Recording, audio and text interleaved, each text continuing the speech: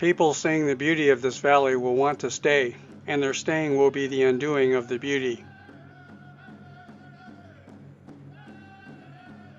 According to local folklore, that quote is attributed to Arapaho chief Nawat.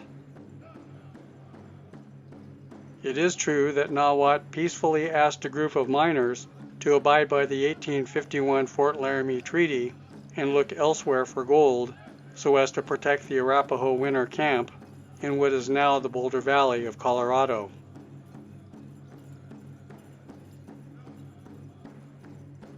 His request fell on deaf ears.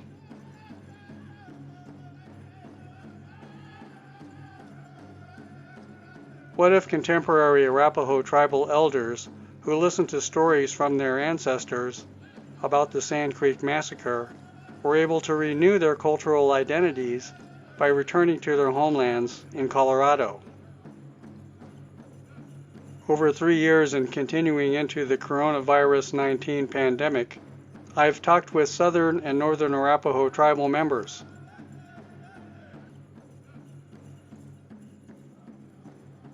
Because of that stone indicating Fort Chambers, and because that they had rallied there, it's important because it's a link to Sand Creek. The tribes are talking about reparation from Sand Creek. In that reparation, they're looking at land. Down there, we're whole. We had our own way. We done things our own way down in Boulder, on the Estes part of that area. I just think that we do need to have continued government-to-government relationships, as well as the relationships that we're making right now, for them to continue on so that we can continue to do good things for our people and for ourselves to continue to educate our youth, so that they'll have a better understanding, because that's our future. There's been a generation of us that have challenged many rules that have discriminated against the tribal membership. It's basically been a strong effort to marginalize the native populations. Stereotypes for Native Americans, they're still very pertinent, right? Some people still believe we live in teepees, some people still, they think that there's nothing but drunks and woman beaters on the reservation. The dark history of America. They think that our people are ignorant. And I would love to see that someday in Boulder, Arapahos from the south, Arapahos from the north would migrate back to Boulder and live on this land that we were intended to live on. Eventually, we found out that in order to be able to acquire that education, understand it, and be able to work with it, that we had to be taught and we had to be learned by our values, our views. Over 600 years of contact, not one Indian has turned white.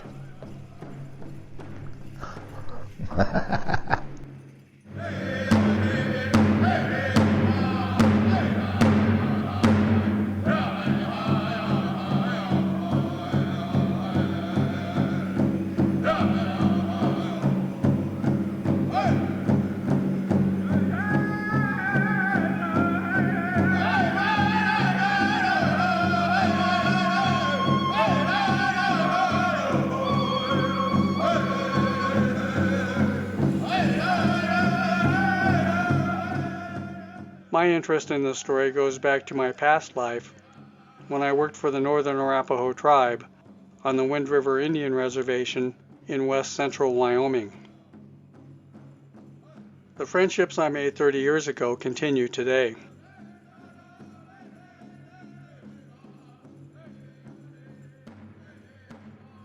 My past and present lives serendipitously collided in 2018 prior to an Indigenous Peoples Day celebration.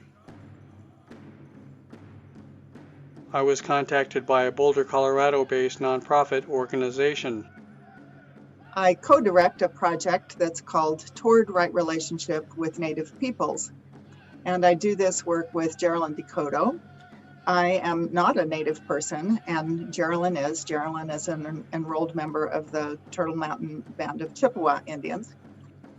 The next steps are to continue the conversations that we've started and keep working on trying to find a suitable piece of land, and it might very well be this one, for the Arapaho to have a permanent place that they can come and do prayers and ceremonies, spend the night. We've been working together for about 8 years. And so Geraldine and I were invited to participate in a process of drafting the text for what became an Indigenous Peoples Day resolution for the city of Boulder. Right Relationship Boulder grew out of that work.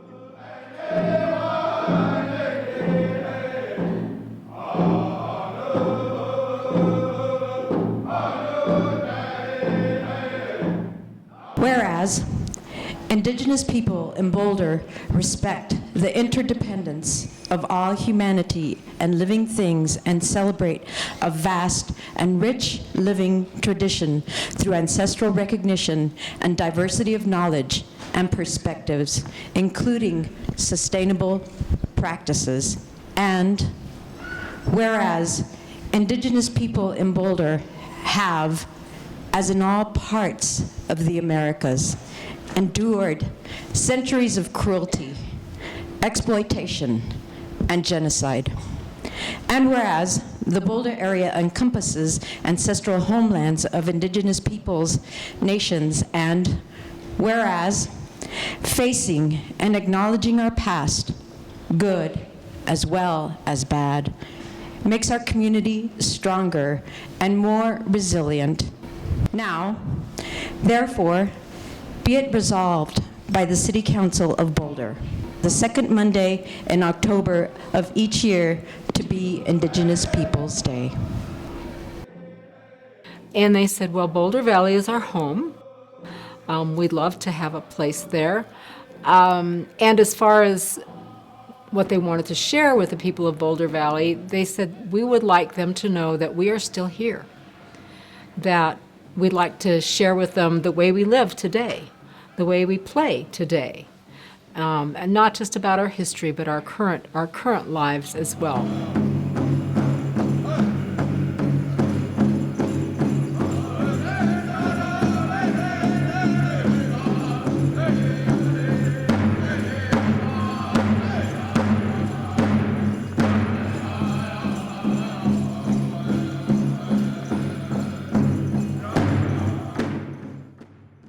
Right Relationship Boulder started convening groups of people in Boulder, citizens, to see how we could support the city in implementing the Indigenous Peoples Day resolution, which calls on the city to lift up the presence and the history and the cultures and the contributions of Native people in this community in every possible way, through historical signage, through educational programs, through cultural programs and arts, and through the school system, and through every way that the city can become more aware of the history and presence of Indigenous people here.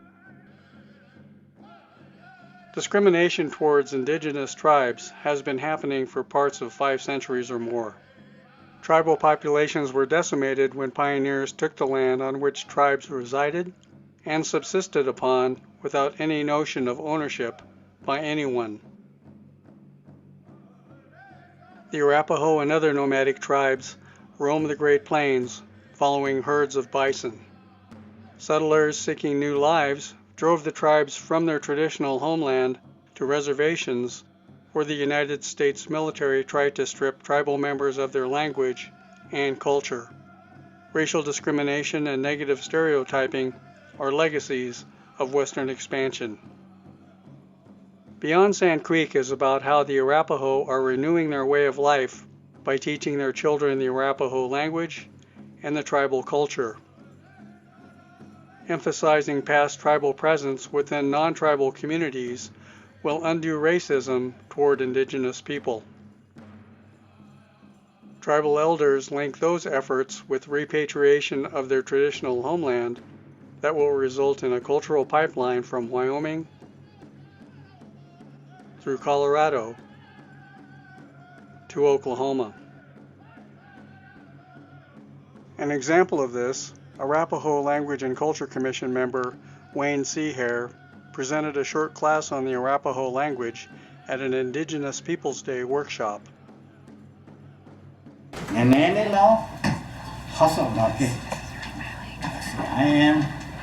Vaishnav.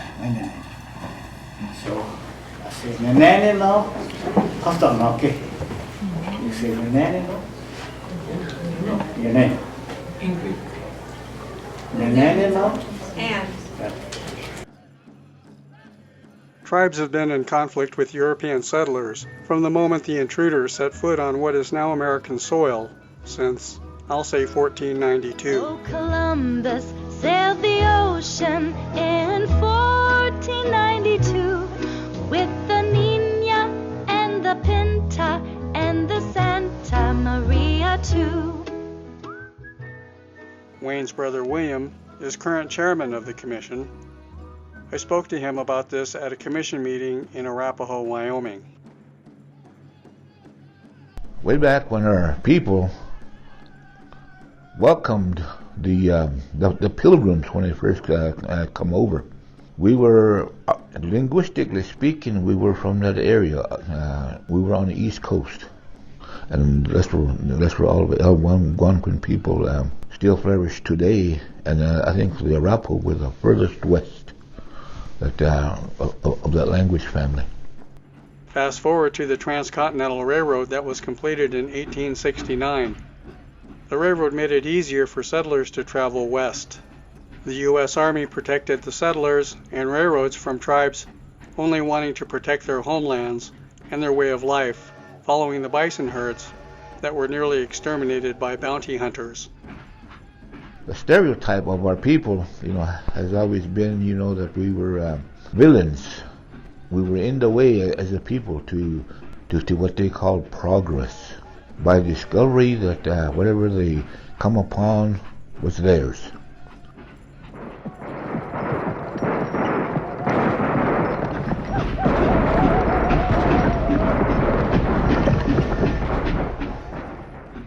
Many railroad rights-of-way are now abandoned. Right Relationship Boulder and the Arapaho are working with the Boulder County government to incorporate a tribal presence within the track bed.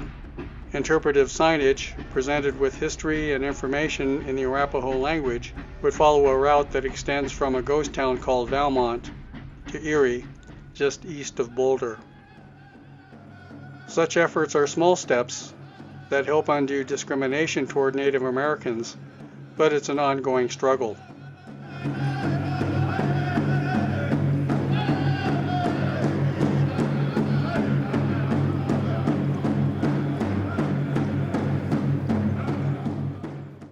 The news and popular media have portrayed negative images of tribal members for centuries. With his faithful Indian companion Tonto, the daring and resourceful masked rider of the plains. In order to move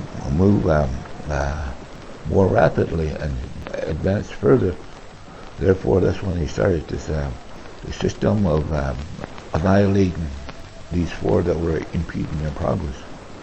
Indians, they started to be attacked just whenever and however, shot on sight, and also the grizzly bear, the wolf,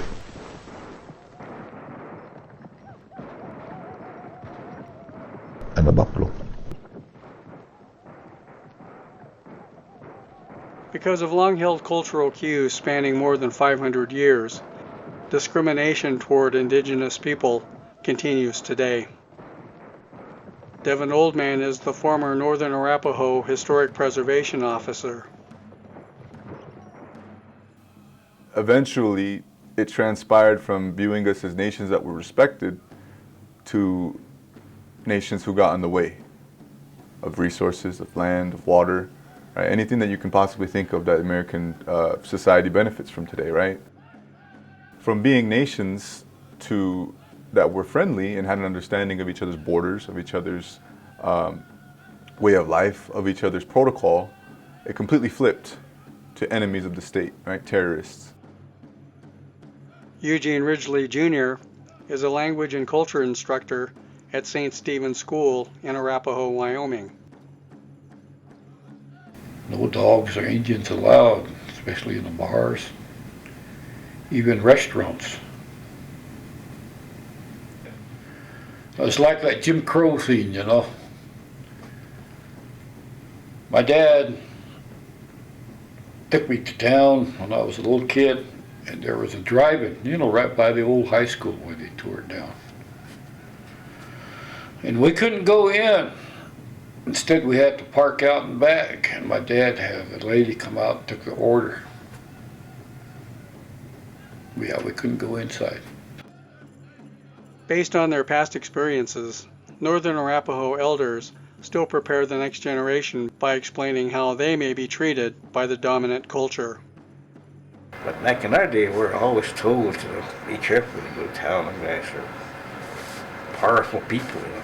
We're just small people. They tell us that. My parents tell us that. So I grew up that way. You know? My grandpa said, "Hey, you better be careful when you go to town. Dangerous over there for you." They said, "You might get hurt." Gary Collins was chair of the Northern Arapaho Business Council and served as the tribal liaison to the state of Wyoming. Well, it's interesting that I've had to think about that discussion with my dad, in that as I grew up, he didn't really relate a lot of things the Arapaho way to me. And here it is, 2020, and we're still fighting those same battles. Today, I still think we're down here because of the way I was raised. So.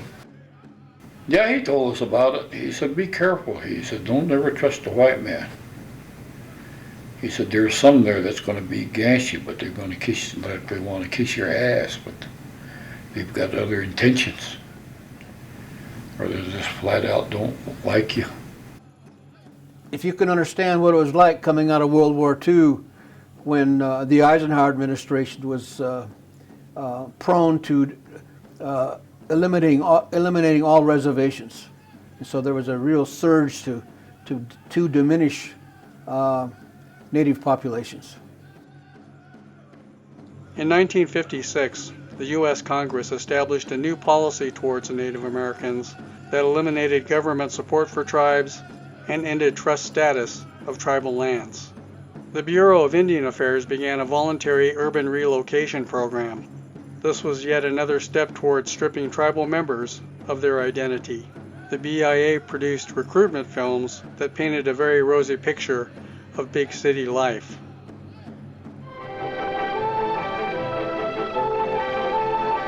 The streets that once bewildered him are no longer confusing. He has begun to feel at home upon them. He has learned that Chicago's fast public transportation system is more convenient than his own car. That a bus stop is always within walking distance of his home, his job, his church, wherever he may be. Hand in hand with defunding the reservations, tribal members could move from their rural homes to new ones in big cities like Chicago. When the new arrival makes a preliminary choice, arrangements are made. Single men and sometimes single women may live at the YMCA Hotel at 826 South Wabash, where dozens of activities are sponsored to make life pleasant for people in the city. The realities of urban relocation weren't always as they were presented.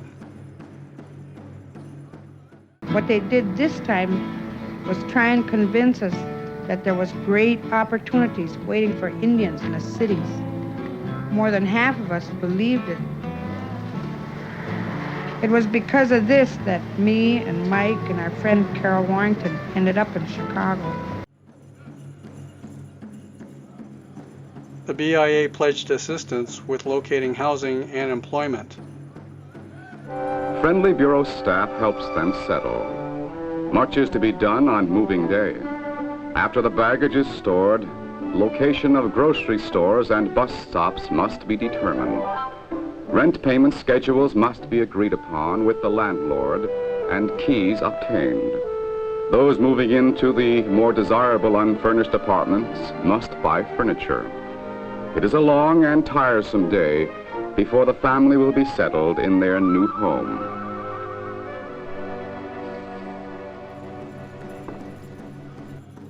Numerous Native Americans made the move, but struggled to adjust to city life.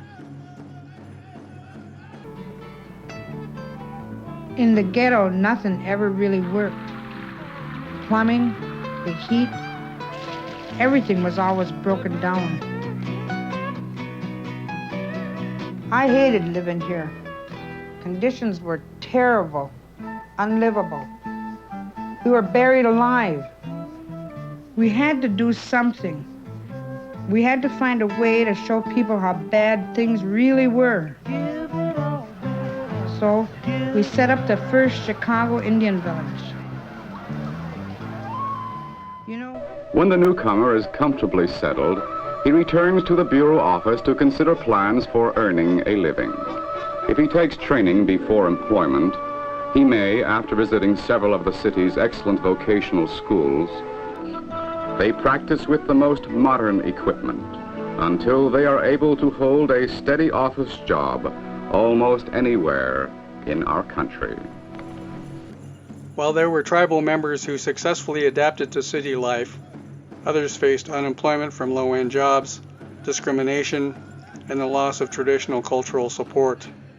But their negative effects continue among some urban tribal members. The BIA, has unraveled the fabric of the community. So my hope is in the future is to put that fabric back together, get our young people involved in agriculture on resources that they own.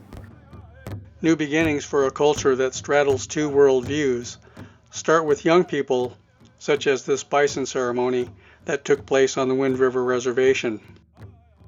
It's a really important day today for all of us to be part of this activity here. It's not just another thing. It's something you should really pay attention to and respect. Respect Dickie John and his elder ways.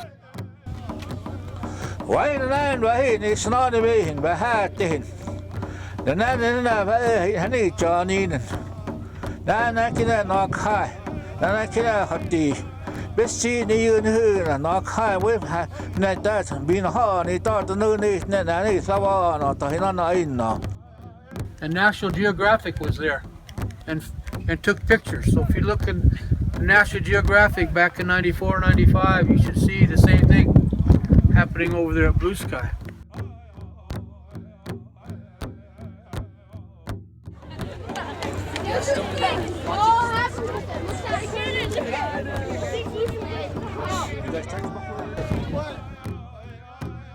This is my first buffalo.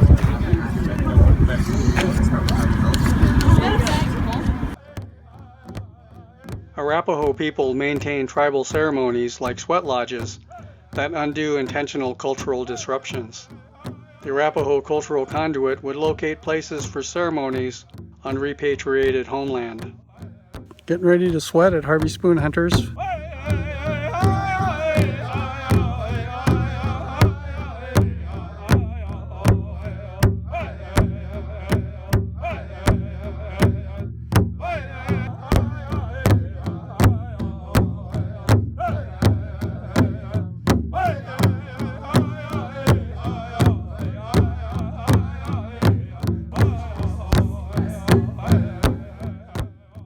Right Relationship Boulder is working as the community liaison between the Boulder Valley School District to connect Arapaho elders to the classroom.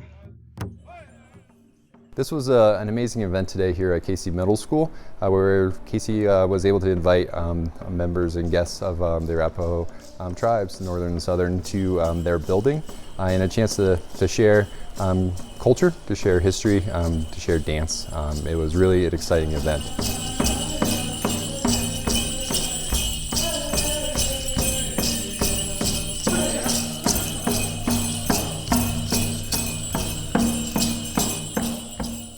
at least have a single event like this for one day, but also to build the relationships, to begin to understand how we can better improve what we have in our curriculum and our curricular resources to help educate the students in Boulder Valley about Native people and about the Arapaho people too.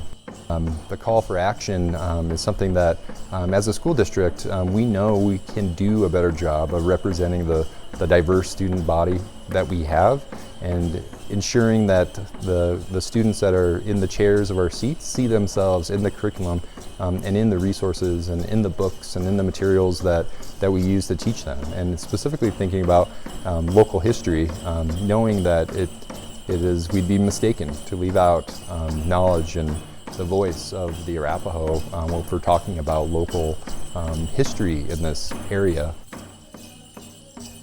I'm part of a tribe myself. I'm part of the Standing Rock tribe, so I am Lakota.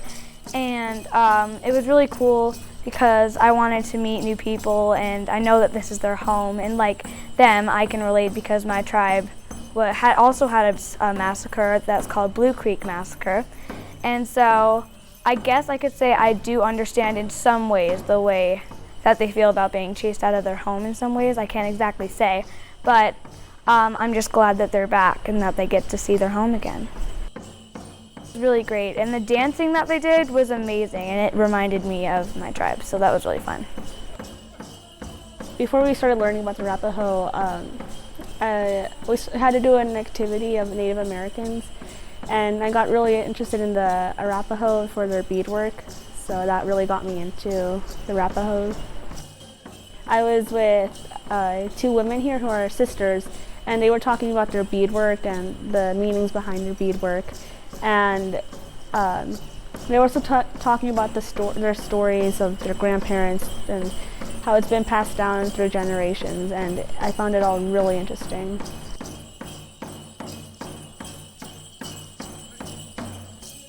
The results of this ongoing relationship filter down to the community at large to undo negative stereotyping, replacing those stories with how tribal members live today. Reversing negative stereotypes is a daunting task that begins with students. I wish that everybody could understand more of the history of the Arapaho and many more Native American tribes, because they all have a really interesting story and it's something that people should know about so that history doesn't get lost and that there's no more racism. Arapaho tribal cultural programs are collaborating with Right Relationship Boulder to establish a language and culture camp that complements other tribal efforts, such as the Arapaho Safari.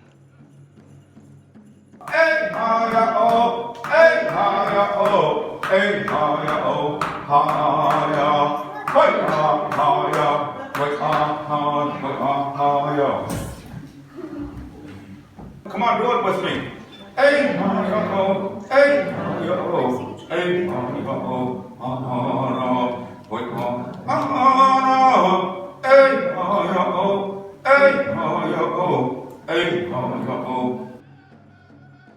An Arapaho virtual reality storytelling project.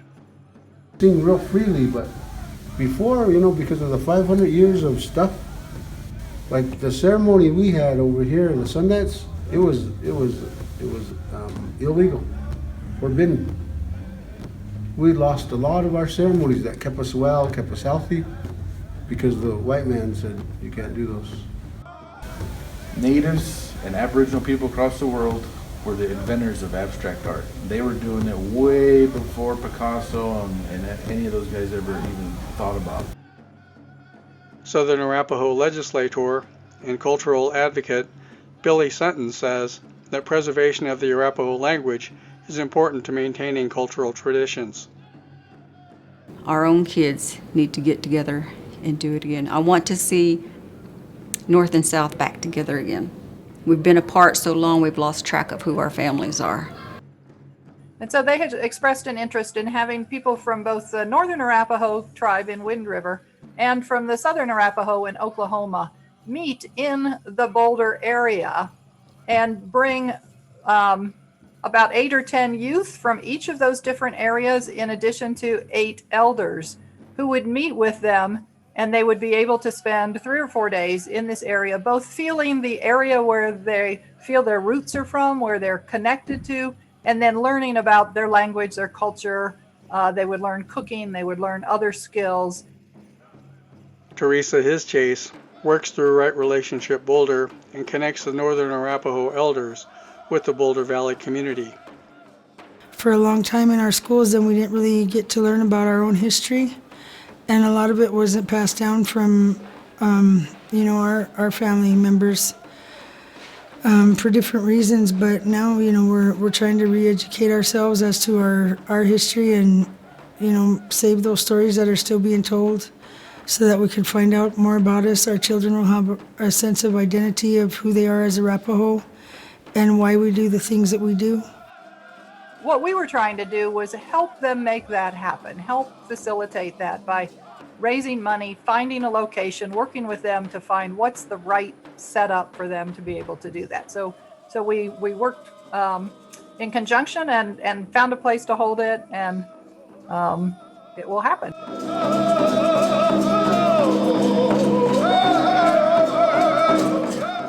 The Arapaho tribes are reestablishing their cultural presence on their traditional homelands and building partnerships with local governments to return land back to the tribes. Whereas in August of 1864, nearly 100 Boulder County residents mobilized into Company D of the 3rd Colorado Cavalry of U.S. Volunteers in Fort Chambers near 63rd and Valmont Streets to become Indian fighters. Former Boulder Mayor Suzanne Jones was optimistic. Well, I feel like we're finally getting to critical mass here with this conversation, and I feel like a lot of people here in the city are putting a lot of energy into this. The tribes are willing to trust that conversation and come together with us, and I think there's a real acknowledgement, an evolution, if you will, about just recognizing it's time for us to do something. Elected tribal and city leadership changes every 2 years. Maintaining continuity is an institutional barrier. Regardless, Right Relationship Boulder is facilitating these efforts to repatriate land back to the tribes. It's a challenge to bring together tribal people, indigenous people who have their ways of doing things and who also don't live right here in Boulder, to bring them together with a city bureaucracy that is also accustomed to doing things its way.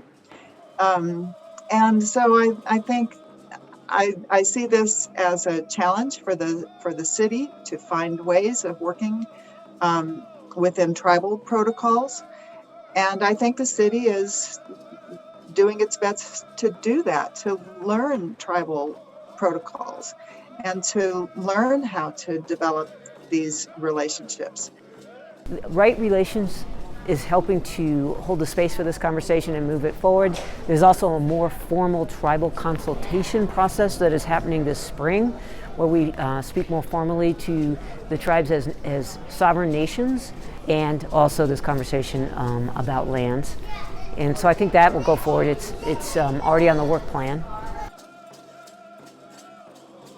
In the fall of 1858, a party of gold prospectors, led by Captain Thomas Aikens, trekked 30 miles from Fort St. Vrain on the way to Nederland, seeking precious metal ore.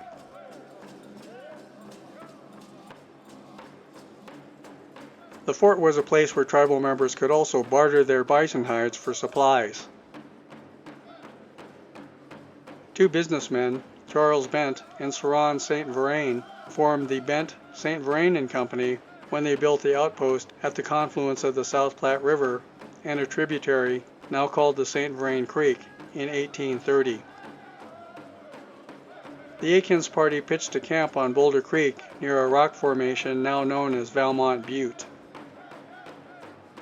Chief Nawat and his closest braves galloped down to greet them when he asked them to leave.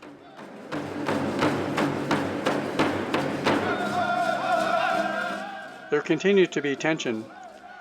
But Nawat relented, thinking that coexisting with the settlers was the only solution that would result in the Boulder Valley remaining undisturbed.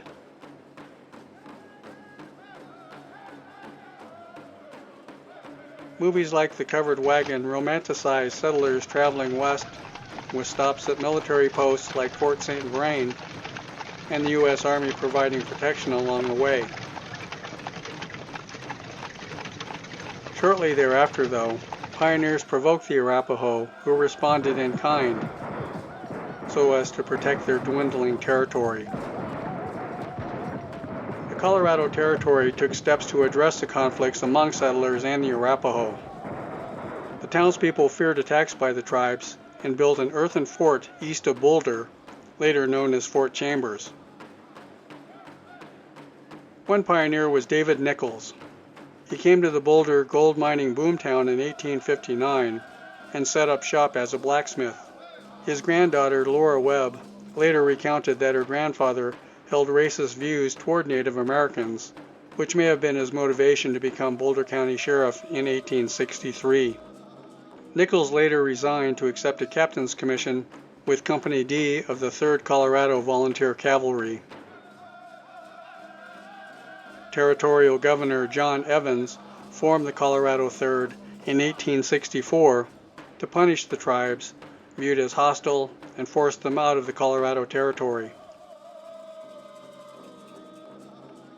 Cheyenne Chief One Eye negotiated a truce among the Cheyenne, Arapaho, and the U.S. government. According to the agreement, tribal members would be guaranteed safe winter camping along the nearby Sand Creek. One Eye had a daughter named Amache. She married a Colorado cattleman named John Prowers.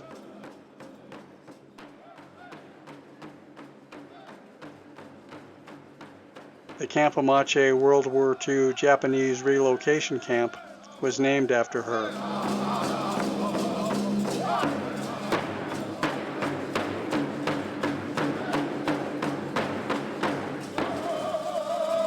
Despite the pact, on November 29, 1864, around 750 members of the Arapaho and Cheyenne tribes, in compliance with U.S. Army orders, were peacefully encamped along Sand Creek in southeastern Colorado.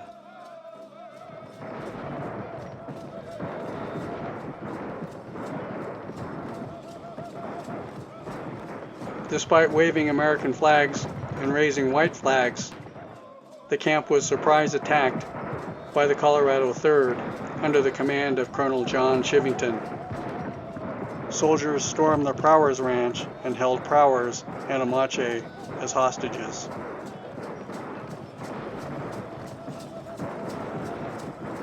After the attack, more than 150 tribal members were dead and their bodies mutilated. There were 650 troops that included the 100 volunteers of Company D trained at Fort Chambers under the command of Captain Nichols. The fort was located on the outskirts of Boulder and very near to where Chief Nawat confronted the original party of miners heading to Nederland 6 years earlier. The ambush is known as the Sand Creek Massacre. The original site of Fort Chambers, now known as the Poor Farm located on 61st Street, is part of the City of Boulder Parks and Open Space program. The backstory doesn't end there. David Nichols, now a war hero, went on to be elected to the territorial legislature.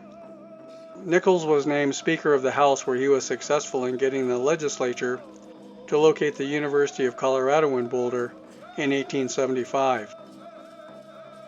David Nichols and his wife Elizabeth had 2 sons, Ezra and Horace. Horace married and had a daughter born in Boulder named Laura, after the 4 middle letters of Colorado. Her middle name was Webb. Horace moved his family to a ranch near Encampment in south central Wyoming. Laura Webb worked for the local newspaper and became a well-known regional photographer. Laura Webb Nichols kept a detailed diary that provides insight about her grandfather's perspective about Native Americans. She writes, "Grandfather fought 4 battles with the Indians, one of them being that of Sand Creek, which will be remembered as the most sanguinary engagement. Many a time I heard my grandfather say emphatically, 'The only good Indian is a dead Indian.' His experiences with the noble red man very understandably prejudiced him against them. Although I have often heard him say when visiting with his cronies, considering the treatment the Indians receive from the white men, it is no wonder they show no mercy. I do not like to remember the anecdotes they told about the Indian atrocities, which were too awful to bear contemplation." Laura Webb Nichols separated from her grandfather's experiences and prejudice towards Native Americans. She turned her creative pursuits to photography. Her future husband, Bert Oldman, gave her a camera when she was 16.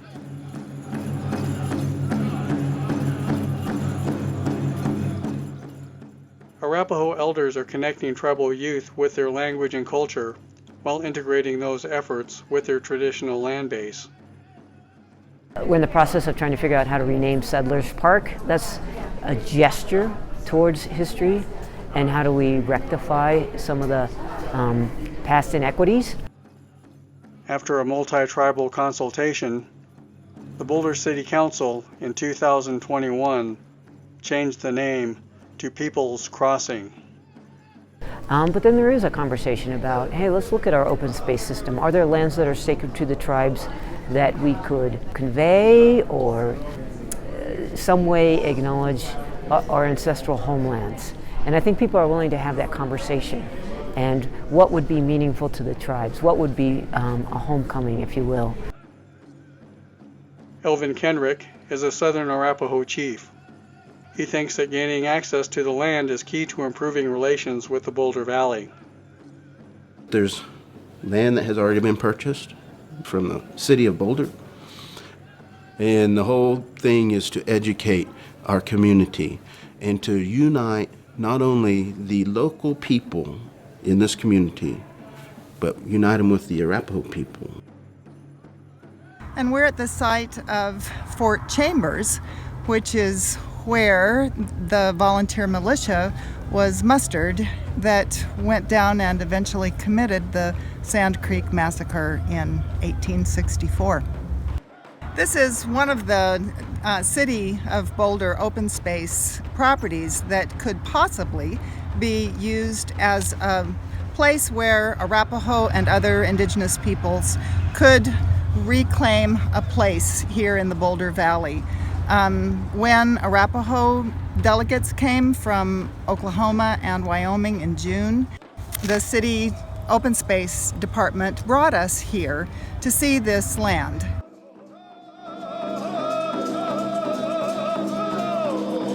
Fort Chambers is no longer standing, but its memory is still alive.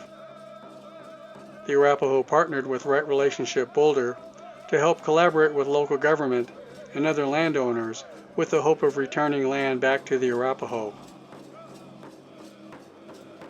Little did anyone realize how Fort Chambers and the Sand Creek Massacre would later be tied to the Arapaho return to their homeland. After several investigations into the massacre, the military siege was admonished and resulted in the Treaty of the Little Arkansas in 1865. That agreement was soon reneged upon. The U.S. government took back 90% of the reservation land. In the aftermath of the Sand Creek Massacre, Cheyenne and Arapaho tribal refugees were scattered from their traditional homeland to other reservations.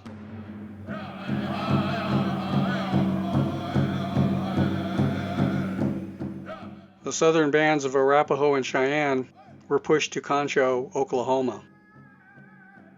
The northern Cheyenne ended up in Lame Deer, Montana, and the northern Arapaho on the Wind River Reservation that they share with the eastern Shoshone tribe. After the tribes were split, the route taken from Colorado by the Arapaho and Cheyenne is now known as the Sand Creek Massacre Trail. Regardless, the southern and northern Arapaho are still culturally bound together by language and religious ceremonies like the Sundance, with frequent travel mostly by the southern Arapaho who transport themselves to and from Wyoming.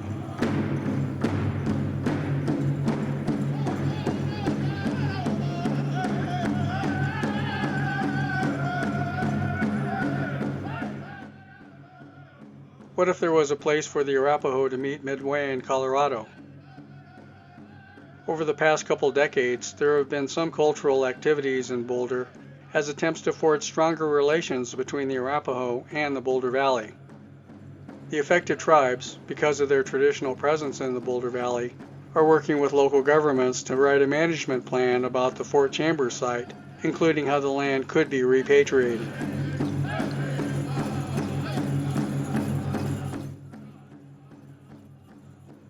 It's one thing to drive down I-25 on the interstate and point over there and say this is where we used to live, but it's another thing just being right there at the location. And it's very moving and it's very spiritual. It's like it's embedded in our DNA, you know, that feeling that you get. If anybody wants to go down there and pray, you know, they can set up sweat lodges, set aside some patch of land there for religious purposes. All of a sudden, you know, after all these times, and all of a sudden he said, hey, you come down to your homeland and whatnot. But why? Something I haven't quite figured out yet. And I was fortunate today that not only did you bring the northern and the southern back together, but I was able to introduce one of our northern relatives, a descendant from Chief Black Bear, to my mother and sisters and cousins and brothers. We're descendants from Six Feathers, which is Six Feathers and Black Bear were brothers. We didn't know about each other till a couple of years ago. I knew we had relatives. I knew we had to have relatives. And so it was just good to see the hugs. You know, that blood is there. Me and my dad take my sick brother to Denver. We started here at Riverton. Boulder was a place where they picked choke cherries. There was a lot of choke cherries there. He called it Bibinotina. That's the name of it in Arapaho. Bibinotina, where you pick choke cherries. Bibinotina, that's the name of Boulder. Around that area, he said, he was telling me about where there was some kind of militia there. He said, it wasn't cavalry. He said they were the ones that actually had done a Sand Creek Massacre there. According to Gary Collins, the massive reservation land base with abundant water is an important resource that adds to a stable economy. That strength can bolster efforts to foster stronger relationships in Colorado. We've been working on the agricultural program for the last 25 years, so I'm currently establishing what's called the Wind River Indian Reservation Conservation District, which allows for a lot of cooperation and coordination with federal and state entities to develop the lands in an appropriate manner. So I'm very optimistic. I just my caveat is that I live long enough to do that. People from the south, Arapahos from the north, we come together because we've been asked to be here. And I would like to just remind us that due to the fact of the hard work of Right Relationship Boulder and church organizations and other ones that has been our feet and our hands and our voices while we're in Wyoming or we're in Oklahoma. We can determine where the fort was, then that will be, in my mind and vision, make that, develop it so that it can be an educational portion. Not for just the city of Boulder, but the state, and for national reasons because of it being tied to Sand Creek. Some tribal members believe that anything short of giving the land back is nothing more than a well-intended gesture. If Boulder really wants to give land back to the Arapaho tribe, give us a title. No conditions, no provenance policies. We don't need to have somebody watching over our shoulder. We know how to take care of the land. Others think that land ceded back with conditions is a good step forward. The way I see it is you just give it outright, but here's how you should kind of use it for the benefit of the tribe. But again, we don't want to go against their wishes of saying, well, sole purpose is to get it back and use it now in a more cultural appropriate way.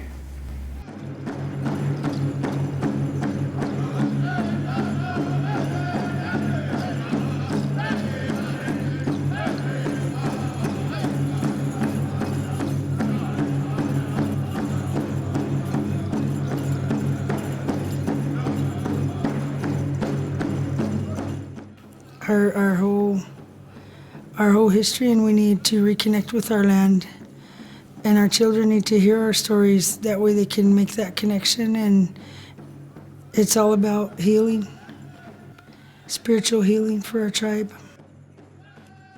There are traditional Arapaho stories about the Arapaho returning to Colorado.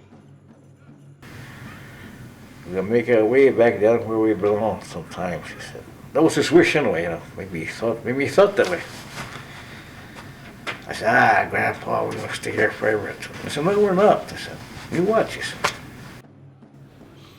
Interact with the people. Teach the people. Share the lives of this community, of what was here before, who was here before. That would benefit not only the people, not only our tribe members, but other tribes that are here, and the general public, that could tell the story of who we are and what happened to us and where we're at now and where do we want to go. This is our home. This is our home, and it's not our ancestral homelands that's what everybody refers to it as. It's our real home, that was granted to us by our Creator. We were told to come here and where to come, and that's why we were here for so long, is because we were in the right place. Moving beyond Sand Creek hasn't been easy, but the strong community partnership with Right Relationship Boulder, facilitating the ongoing effort, means the Arapaho return will be sooner than later.